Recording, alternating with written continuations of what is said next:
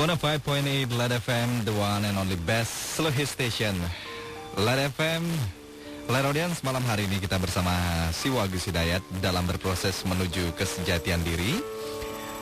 Hari Kamis tanggal 30 April 2009. Dan untuk Anda yang ingin berpartisipasi silakan di SMS 081 880 1058 bersama John Denim malam hari ini sampai ke jam 22.30 malam nanti. Kita sudah bersama Siwa. Assalamualaikum Siwa.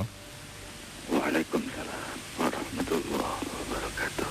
Aduh, hari spesial banget hari ini, Wo.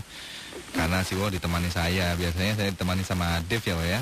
Ini Mas Pras ya? Sama Denim, John Denim. John Denim. Iya.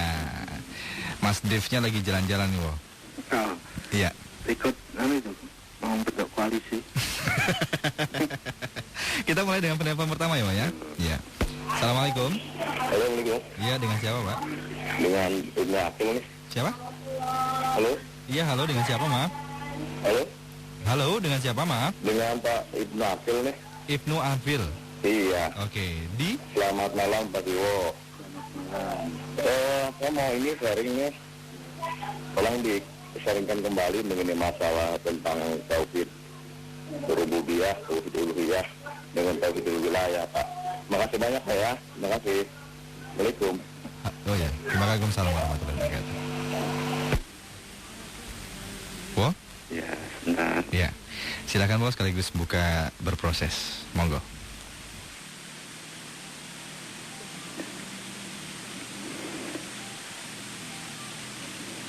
Kepada seluruh live audience beserta seluruh keluarga besar Light FM bersama dengan stafnya dan kepada seluruhnya saja, Assalamualaikum warahmatullahi wabarakatuh.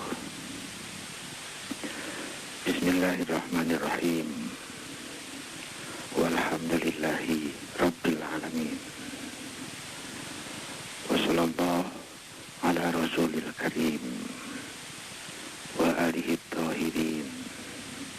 Wa la hawla wa la quwata illa billahil aliyyil azim. Saudara-saudaraku, kita ketemu lagi dan sharing kembali. Semoga kita semakin mampu fokus terhadap tujuan hidup kita. Semoga kita juga semakin mampu memanage niat kita. Dan semoga kita juga semakin bisa untuk konsentrasi terhadap tugas kita. Tugas saya malam ini dalam acara sharing ini adalah men-sharingkan pemahaman saya manakala ada yang kiranya membutuhkannya. Kalau saya punya simpanan pemahaman yang relevan, akan saya coba bagi dan sharingkan. Manakala pertanyaannya sulit bagi saya dan saya belum mempunyai simpanan pemahaman yang relevan, maka izinkan saya untuk menjawab sekedar saya belum tahu. Dan agar malam ini tidak sekedar menyentuh kepada sharing pemahamannya, tapi juga menyentuh semangatnya, yaitu semangat dalam rangka melaksanakan tugas. Antara lain adalah bagian tugas kita sebagai hamba kepada Allah. Semoga masing-masing kita bisa sedikit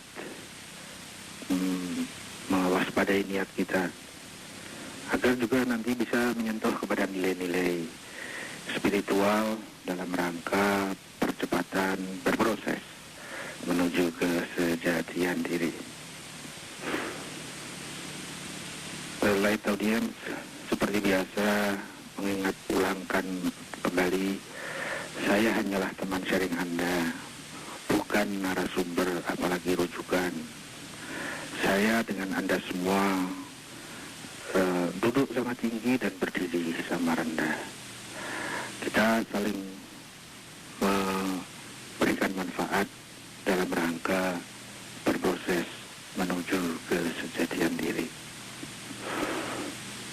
Mari kita mentaati kebenaran yang sudah kita pahami sambil kita mencari kebenaran yang lebih tinggi agar kita bisa meneruskan proses kita mentaati kebenaran yang lebih tinggi itu sambil mencari kebenaran yang lebih tinggi lagi yang pada saat ini kita belum pahami. Mudah-mudahan dengan itu kita bisa selalu dalam rangka berproses dari detik ke detik, dari saat ke saat, sehingga semua detik dan saat kita merupakan pelaksanaan tugas kita sebagai hamba kepada Tuhan, sebagai ibadah yang bisa mudah-mudahan 24 jam sehari. Light audience, tambah lagi sekedar mengingat ulang karena ini penting. Apa yang akan saya sampaikan manakala nanti ada sharingnya hanyalah terbatasi oleh pemahaman saya. Untuk itu saya sangat tidak relevan dan tidak mempunyai kapabilitas dalam rangka mewakili pihak manapun, mewakili pihak figur tertentu, tidak mewakili komunitas madhab tertentu, tidak mewakili agama tertentu, juga tidak. Saya sekedar merepresentasikan diri saya sendiri sehingga sangat bisa untuk dikritisi, bisa untuk ditolak, bisa juga untuk diterima. Mari kita cermati bersama-sama, jangan tergesa diterima, juga jangan tergesa ditolak. Jadikan sebagai tambahan wawasan, tambahan data, tambahan pembanding. Ini penting dan saya mohon maaf kalau sering pesan-pesan ini diulang kembali. Light audience, kita masuk ke sesi pertama pada topik yang pertama yang sudah diangkat oleh Mas Ibnu Agil. Terima kasih partisipasinya, semoga bermanfaat bagi kita bersama. Beliau mengangkat topik tentang masalah tauhid. Beliau mengharap sharing tentang tauhid rububiyah, tauhid uluhiyah, dan tauhidul wilayah. Yang pertama sekali, substansinya adalah masalah tauhid. Jadi pokok yang diangkat oleh beliau adalah permasalahan tauhid. Tauhid itu bahasa Arab. Akar katanya adalah wahidun atau ahadun, yaitu satu. Tauhid adalah ilmu-ilmu yang mengajari kita agar kita mengesakan Tuhan, mensatukan Tuhan. Kalau mensatukan kayaknya bisa ada penafsiran lain, tapi kalau mengesakan Tuhan kayaknya lebih presisi dan tidak mudah untuk difahami berbeda. Ya, tauhid adalah hal-hal, pemahaman-pemahaman, ilmu-ilmu yang mengajak kita mengesakan Tuhan. Itu substansi permasalahan yang diangkat oleh Mas Ibnu Agil. Tentang Tuhan, kita tidak perlu membahas lagi. Tuhan ya, sesuai dengan pemahaman kita masing-masing. Tuhan adalah Dia. Meskipun mungkin mutu pemahaman kita bisa berbeda-beda, tapi yang dimaksud sama. Itu Dia. Ada yang menyebut dengan pangeran misalnya, ada yang menyebutnya dengan Allah, ada yang menyebutnya dengan Tuhan, ada yang menyebutnya dengan God, dan lain-lain. semuanya yang dituju kayaknya sama, meskipun tingkat pemahamannya berbeda-beda.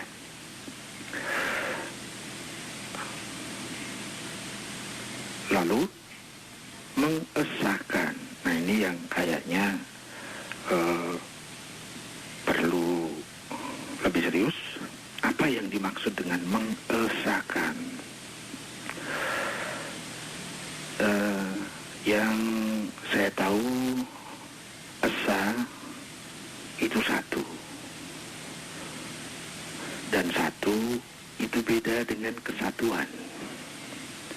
Kalau kesatuan itu di dalamnya bisa terbagi dari beberapa unsur atau beberapa bagian atau beberapa sifat.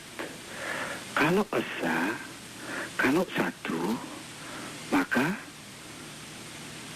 beda dengan kesatuan. Kalau kesatuan dari beberapa hal menjadi satu, tapi kalau satu tidak. Jadi kita perlu bedakan antara satunya bilangan dengan satu di dalam pembahasan ini. Kalau satunya bilangan itu selalu saja dia merupakan jumlah, sehingga satu bisa dipecah dan pecahan itu bisa dijumlahkan. Ada bagian di dalamnya. Itu satu yang matematis. Dan satu yang matematis itu ada banyak. Saya satu, Mas John Denim satu, Mas Ibnu Akil satu. Nah, satu sudah ada 3 kan? Ada satu saya, satu Mas Denim, ada satu Mas Ibnu Akil. Masa satu kok ada 3? Yang bisa seperti itu adalah kesatuan.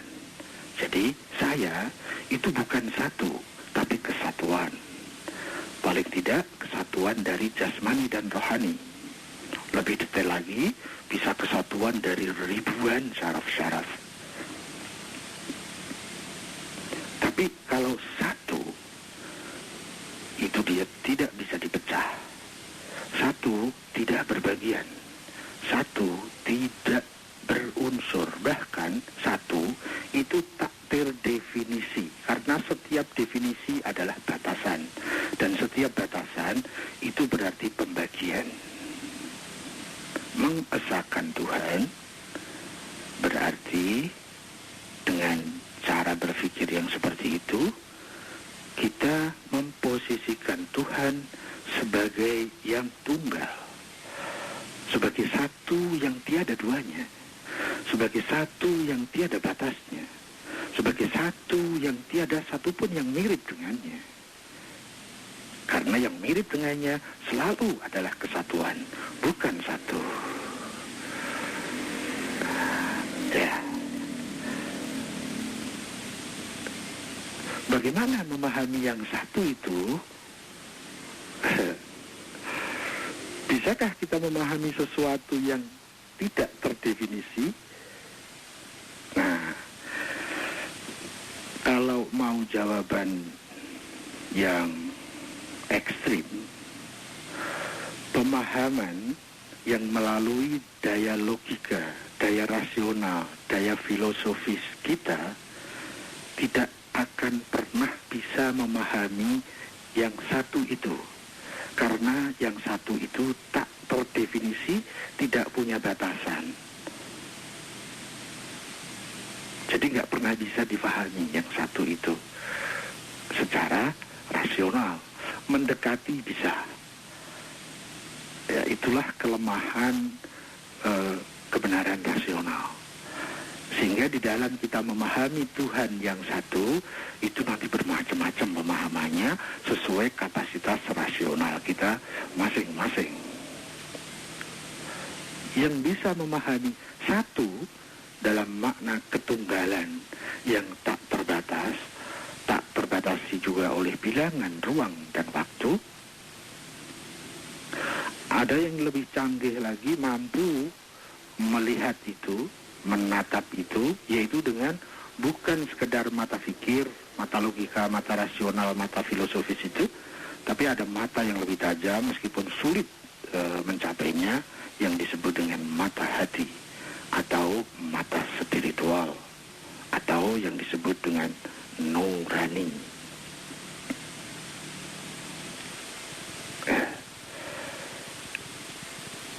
Siapa yang mampu memahami keesaan Tuhan, mata nurani pun tidak bisa tuntas, meskipun lebih mendekati. Satu yang tiada duanya, satu yang tunggal, satu, maaf dalam bahasa Jawa ada satu yang taktil. Tidak satunya saya, kalau satunya saya ada lainnya. Ada Mas John Denim, ada Mas Ibnu Akil. Itu kesatuan, bukan satu. Kalau kesatuan, satunya menjadi banyak. Kalau satu yang satu, itu hanya satu-satunya, tiada lainnya, toktil yang tunggal, yang esa. Yang tak terdefinisi, tak terbatasi. Dialah yang maha sempurna. Itu basic pemahaman saya tentang tauhid. Dalam rangka bagaimana kita mendekati pemahaman yang ideal itu, kita diajari, saya diajari dengan ilmu-ilmu lain yang juga ada dalam ilmu tauhid. Tetapi semua ilmu tauhid itu arahnya agar kita semakin mempunyai pemahaman dan pandangan yang semakin mendekati hakikatnya, meskipun tidak akan pernah mampu sampai kepada hakikatnya, karena hakikatnya tak terdefinisi dan tak terbatasi. Nah, kemudian kita diajari ada yang namanya tauhid zat, tauhid sifat, tauhid af'al. Tauhid zat itu tauhid, jadi ilmu yang membawa kita untuk memahami tentang keesaan Tuhan, tapi melalui pembahasan-pembahasan yang terkait dengan zatnya.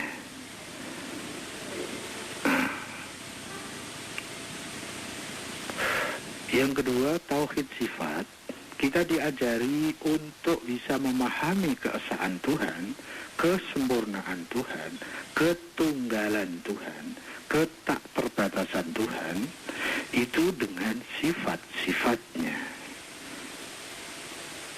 Ada yang mengistilahkan nanti ada sifat zat dan sifat af'al. Sifat zat itu membahas bagaimana kita mengenal Tuhan tanpa terkait dengan ciptaannya. Itu nanti bagian itu disebut dengan tauhid sifat zat. Kalau sifat af'al, pembahasan tauhid dalam rangka kita meninggikan pengenalan kita kepada Tuhan, ma'rifah kita kepada Allah, itu dengan membahas zat Tuhan yang terkait dengan ciptaan-ciptaannya. Itu disebut sebagai tauhid af'al. Ada juga yang membagi tauhid sifat itu menjadi sifat wajib dan sifat yang mustahil. Semua sifat wajib itu dikaitkan dengan zat Tuhan, dan semua sifat-sifat mustahil itu dibuang jauh-jauh dari zat Tuhan. Ada juga yang mengistilahkan dengan sifat itu dibagi dua, ada sifat yang subutiyah, ada yang salbiyah. Tapi bahasa populernya ya hampir sama. Satu sifat wajib dan satu sifat mustahil. Kemudian ada tauhid af'al. Tauhid yang membahas bahwa Allah mempunyai af'al, jadi zat dari Tuhan itu mempunyai aktivitas, mempunyai action. Yang action dari Tuhan itu mengakibatkan adanya ciptaan-ciptaan. Seluruh yang dicipta itu merupakan pancaran dari zatnya. Nah, itu nanti sehingga ada istilah bahwa Tuhan itu ada di mana-mana. Itu dalam tinjauan tauhid af'al. Tapi kalau tinjauan tauhid zat, Tuhan tidak ada di mana-mana karena semua tempat itu dicipta dan Dia sebelumnya tidak ada. Sehingga di mana-mana itu seluruhnya adalah ciptaan Tuhan, dan Tuhan sudah ada sebelum di mana-mana itu ada. Tapi dalam tauhid yang tauhid af'al, nanti kita bisa pakai kalimat bahwa Tuhan itu satu tapi ada di mana-mana. Kalau kita salah peta, kita menggunakan istilah Tuhan ada di mana-mana dalam rangka menilai tauhid zat. Itu jadi overlapping. Kita bisa menggunakan Tuhan ada di mana-mana pada saat kita membahas tauhid af'al. Ada lagi yang membagi tauhid itu menjadi uluhiyah dan rububiyah. Uluhiyah itu terkait dengan kediaannya, jadi tentang hampir bersentuhan dengan tauhid zat. Sementara rububiyah itu adalah manajemennya, kepengelolaannya. Jadi di sana termasuk ada penciptaannya, pengaturan hukumnya, pemberian pendidikannya.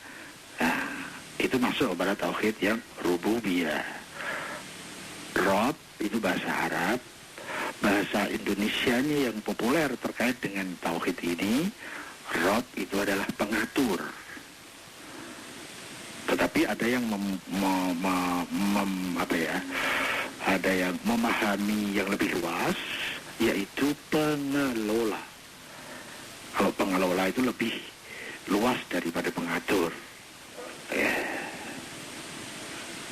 Nah, yang diangkat oleh Mas Ibnu Aqil itu tentang tauhid uluhiyah dan tauhid rububiyah. Tauhid uluhiyah itu lebih bersentuhan kepada tauhid zat.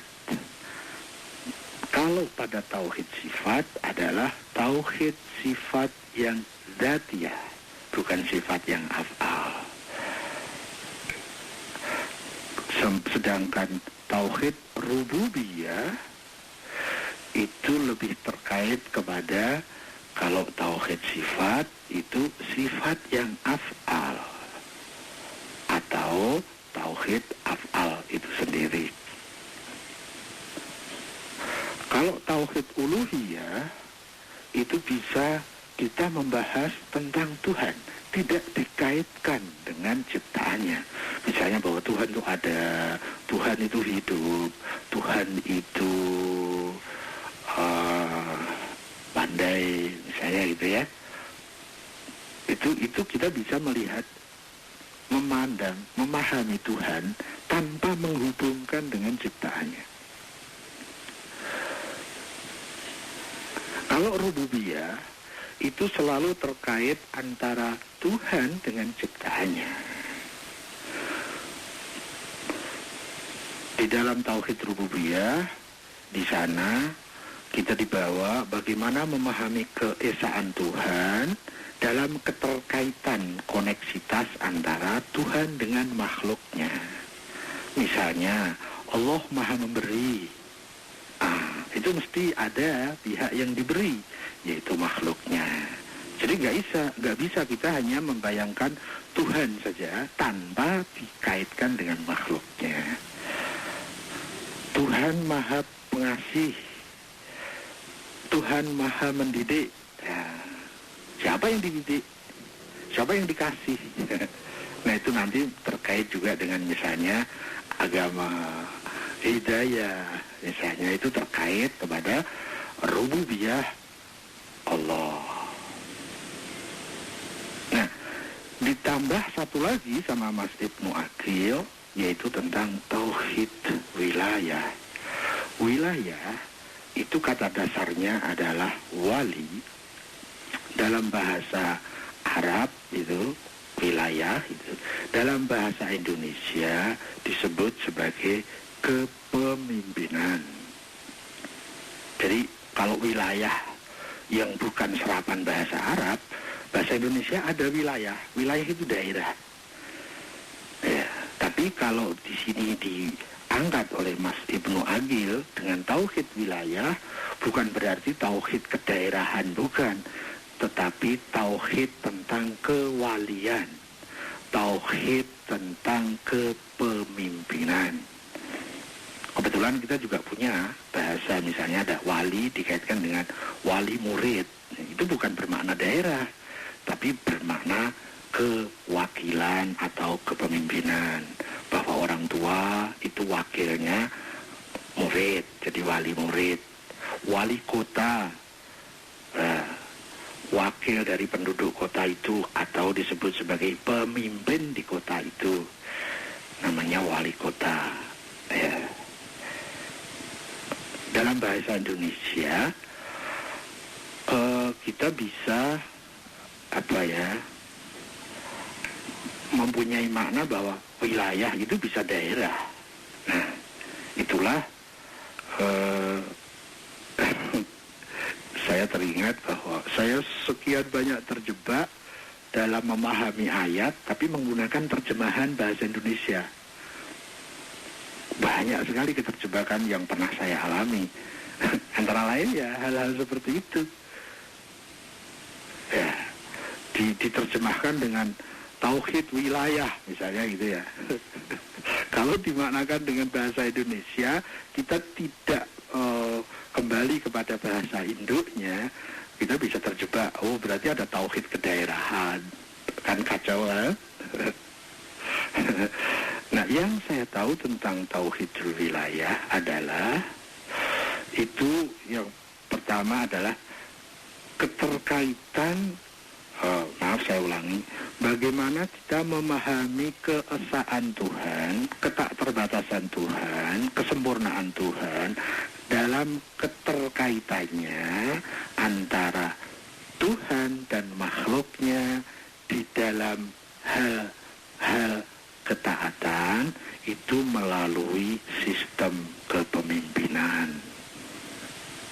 Nah, sistem tauhidul wilayah itu diwujudkan dengan adanya hierarki. Allah punya utusan, misalnya begitu. Nah, utusan itu adalah kuantitatif, kualitatif, dia resmi sebagai utusan Tuhan, maka manusia mau atau tidak mau, dia sudah menerima sebuah takdir definit. Ya, kita menyentuh takdir yang seperti kemarin kita bahas. Utusan Tuhan itu sudah menjadi takdir definit bagi orang-orang lain yang harus mendudukkan dirinya di bawah kewaliannya. Ya, jadi tauhid wilayah nanti menyentuh tentang utusan-utusan Tuhan, menyentuh tentang nabi-nabiullah, rasul-rasul Allah. Itu nanti terkait kepada kepemimpinan.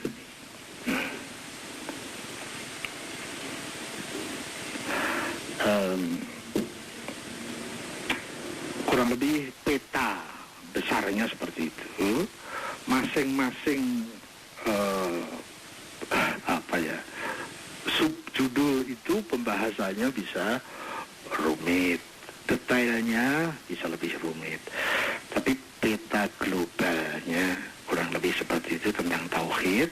Ada tauhid itu dibagi-bagi, tetapi substansi dari tauhid, seluruh ilmu tauhid itu dalam rangka menjembatani agar kita bisa lebih memahami tentang keesaan Allah. Hebat ya, kita punya sila pertama sebagai dasar negara adalah ketuhanan yang Maha Esa, bukan yang Maha Satu ya, yang Maha Esa. Itu luar biasa. Saya kira belum ada satupun negara yang mempunyai dasar negara, way of life nation yang seperti ini. Luar biasa. Sayangnya kurang tersosialisasi, kurang terkampanyekan, tidak ada promosi tentang itu. Bahkan kayaknya lebih tertarik kepada sila-sila yang ketiga, keempat, kelima. Padahal sepanjang yang saya tahu loh ya, Pancasila itu substansinya itu ada pada sila 1 dan sila 2. Sila ketiga sampai sila kelima itu adalah aksidennya. Jadi pola besar dari Pancasila itu ada sila pertama dan sila kedua. Sila ketiga sampai sila kelima itu detailnya. Sila pertama dan kedua itu akar dan pohonnya. Sila ketiga sampai sila kelima itu ranting dan daun-daunnya. Khususnya sila kelima maksudnya adalah buahnya.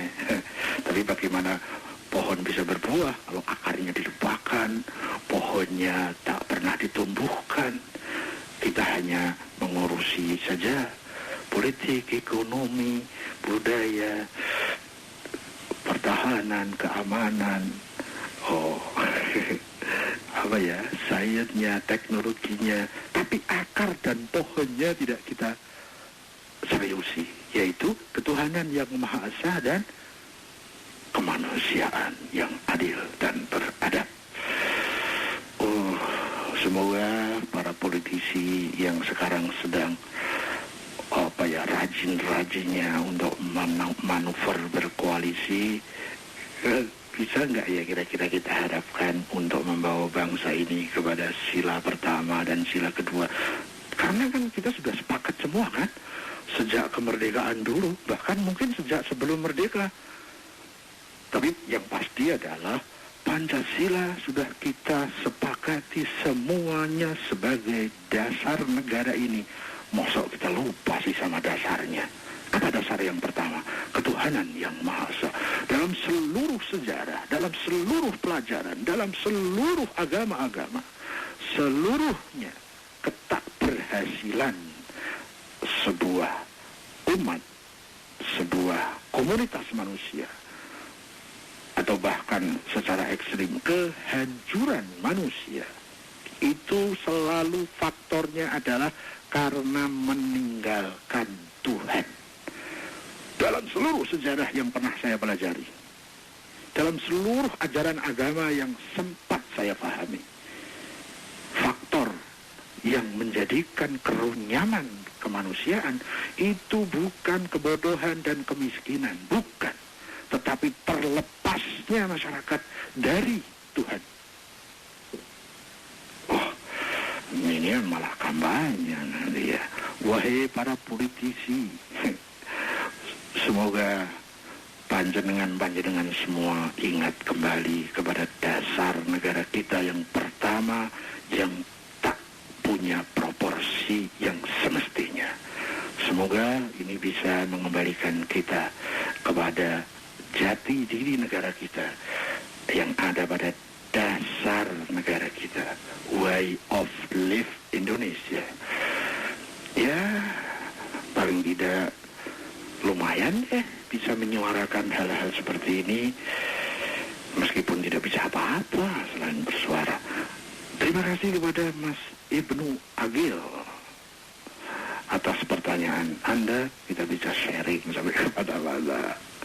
Saya kembali kepada Mas John Denim. Terima kasih atas tidak puasnya. Ya, kita ke penelpon kedua. Halo, Sibo? Yep. Kita ke penelpon kedua. Monggo. Ada Ibu Nabila di Cibitung. Iya. Assalamualaikum, Bu. Waalaikumsalam. Silakan, Ibu. Iya, ini Siwo. Selamat malam. Selamat malam. Iya, ini aku mau nerusin masalah tauhid. Yo. Ini apa? bagaimana caranya supaya kita itu kekal di dalam tauhid gitu. Sementara kita sudah mengerti arti tauhid itu kan, arti tauhid itu sendiri. Supaya itu kita kekal di situ gimana caranya gitu. Coba minta tolong sama Siwo, kali ada punya tips gitu Siwo, punya simpenan. Gitu aja Siwo. Assalamualaikum. Waalaikumsalam warahmatullahi wabarakatuh. Bentar ya.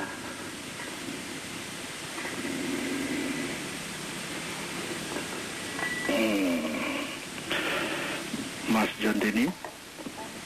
Halo. Iya Siwo. Oh, ini pulpen saya jatuh nih. Bentar ya. Oke. Iya, nanti kita break di jam 22 ya Bang. Dan juga untuk live audience, Anda nanti bisa menghubung kami di 3913554. Ada yang istimewa malam hari ini. Tapi nanti tadi ya. bisa diulang Mbak siapa ya? Dengan Ibu Nabila di Cibitung. Oh, Mbak Iya. Nabila. Monggo, Bo. Cibitung. Bagaimana agar kita bisa selalu bertauhid gitu kayaknya ya? Halo? Iya, Bo. Nah, seperti itu tadi gambarannya.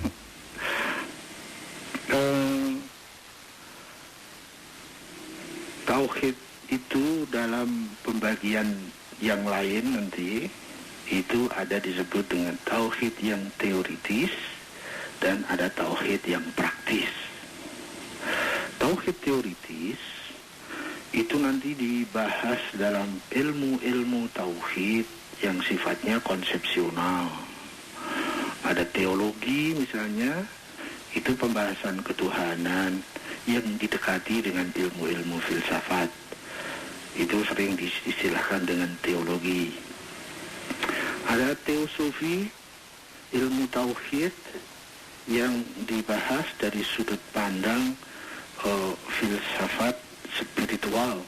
Jadi filsafat tapi yang banyak mendasarkan pada kaidah-kaidah yang sifatnya nilai-nilai spiritual.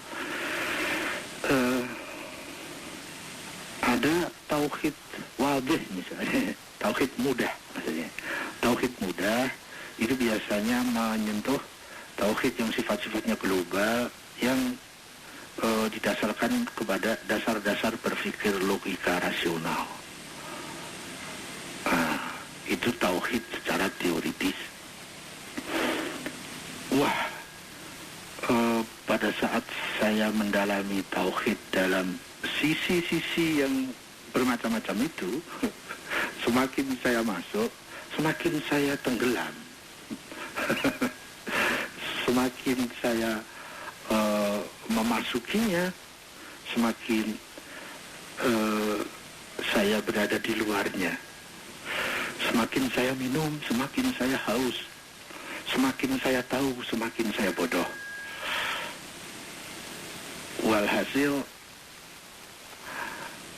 sangat bergantung deh kepada seberapa niat kita untuk masuk ke situ dan seberapa semangat, khususnya seberapa keikhlasan kita untuk memasuki dunia itu. Tetapi juga ada tauhid-tauhid praktis yang biasanya merupakan petunjuk-petunjuk pelaksanaan dari pembahasan tauhid yang tauhid yang mudah, tauhid yang wadih. Misalnya ada lagi sebutan al-ilmul kalam. Ya, itu juga ilmu tauhid yang didasarkan kepada kaidah-kaidah nakliyah, disebut dengan ilmul kalam.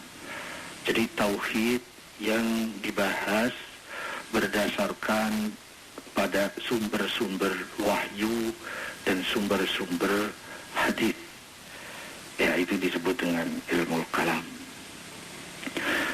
Saya banyak sekali mendapati pembahasan ilmu tauhid itu, sampai tadi saya sebutkan, semakin saya masuk, semakin saya tenggelam, semakin meminum, saya semakin haus. Itu tadi, semakin saya mengetahui ilmu itu, semakin saya bodoh. Satu yang saya masuki 1000 yang terhampar di sana. Pada saat saya masuk pintu ke 1000, di sana ada pintu 1.000.000. Kurang lebih seperti itu ya. Ya memang Tuhan kan tak terbatasi. Jadi punya akibat seperti itu. Luar biasa banyak para penjabar-penjabar, para penulis-penulis yang mengajari kita tentang tauhid itu. Tauhid yang teoritis. Tetapi sangat sedikit yang saya dapati yang terkait dengan tauhid praktis. Nah, sehingga saya pernah mengalami sebuah pemahaman yang sangat tinggi di sana, sementara praktek saya sangat rendah. Jadi tidak relevan antara pemahaman yang ada pada diri saya dengan praktek kepribadian saya sehari-hari. Ada jarak yang sebegitu jauh. Jadi tauhid itu indah dalam pemahaman saya, tetapi tidak dalam pribadi saya. Akhirnya pada tahapan-tahapan tertentu saya lebih menfokuskan kepada tauhid praktis. Ya, misalnya begini, saya sudah mempelajari dari sudut logika, rasional, filosofis, teosofi, teologi maupun ilmu kalam tentang bahwa Allah itu Rabbul Alamin. Allah Maha mendidik, misalnya antara lain yang ada di dalam Allah Rabb itu, Allah Maha mendidik. Begitu panjang, begitu banyak, begitu luas teori-teori. Tapi mana yang bisa saya praktekkan dalam hidup saya? Saya mulai mencari dan ya akhirnya tidak ada ikhtiar itu yang tersia-siakan. Meskipun kita harus selalu berikhtiar, berproses dan berproses. Saya mempunyai kalimat misalnya begini.